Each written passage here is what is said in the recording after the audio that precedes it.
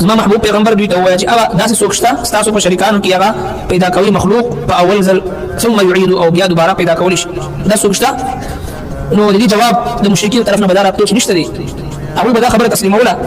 چې د دې کائنات پیدا کولو والا الله دی او دغه معبودانو په باره کې د دوی دا ذهن و چې دا زمونږ شفاعت کوونکي دي سفارشیان دي دوی به زمونږ سفارش کوي الله تبارک وتعالى د فرمایي چې قلت وته الله يبدا الخلق ثم يعيده الله رب کائنات آزاد دي چې د مخلوق اول ځل پیدا کړی دی دویم ځل بیا پیدا کوي چې اول ځل پیدا کړی دی چې اول ځل پیدا کول تاسو تسلیموي او دا دویم ځل پیدا کول دی اول تسلیموي یعنی د مرګ نه بعد چې کوم دایمي ژوند روان دی په کار تاسو په ایمان وروړي بس بعد الموت دی اقرار مکو بلکې انکار کو چې د مرګ نه بعد ژوند نشته دی خبره ختمه ده نو الله تبارک وتعالى چې اول ځل دا مخلوق پیدا کړی دی نو هغه لپاره دویم ځل پیدا کول څه مشکل نه دی یو مصور چې یو تصویر جوړ کړي یو عکس جوړ کړي اول ځل نو په دویم ځل هغه لپاره جوړول چې انتهایی آسان تر وي اول ځل مشکل وي او دویم ځل آسان وي الله رب کائنات اول ځل مشکل نو او دوباره پیدا کول خو اس سوال جوړیږي چې الله رب کائنات څنګه چې په کوم اشاره سره چې هغه ارسه کولی شي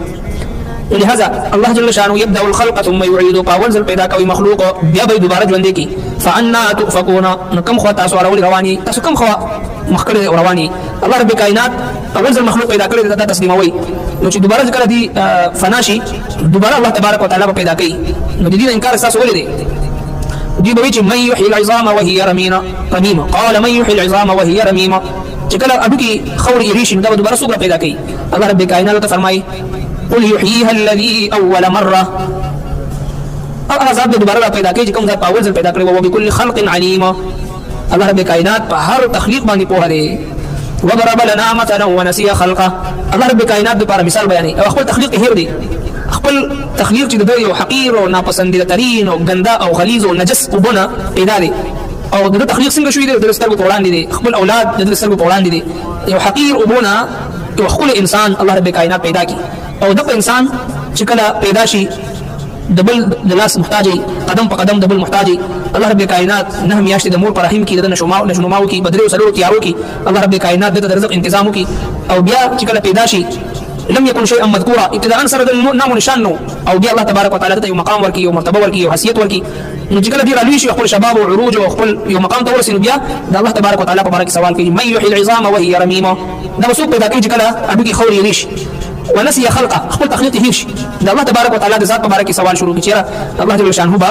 دا سوب چې دا دوباره ژوند کوي نقول يحييها الذي او خلقها الله تبارك وتعالى هغه ذات دی چې دی ژوند کوي هغه مخلوق چې کوم اول مره وهو بكل خلق عليم په هر تخلیق باندې الله تبارك وتعالى پوي دی نو قل هل من شركائكم من يهدي الى الحق مشرکان بل سوال دا چې حق لاره خو رسول دی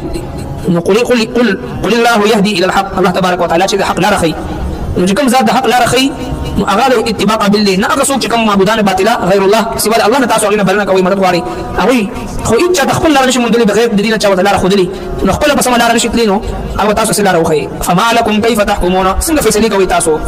د مشرکین او د شرک او د کافرانو د کفر او د گمراهانو د گمراهۍ یو سبب الله تبارک وتعالى ذکر کوي غدا وما يتبع اكثرهم الا ظن خپل ګمان مطابق فیصله کوي او خپل ګمان دین اسلام د شریعت او د اسلام د پیغمبر اسلام د اتباع نوم دی د ګمانونو نوم نه سړي خپل وهم او ګمان مطابق او خپل سوچ او فکر مطابق چې کله انسان فیصله شروع کوي نو بیا ان الظن لا يغني من الحق شيئا دا ګمانونه چې انسان ګمراهۍ طرف ته بوزي ان بعض الظن اسم بشک بعض ګمانونه ګناوي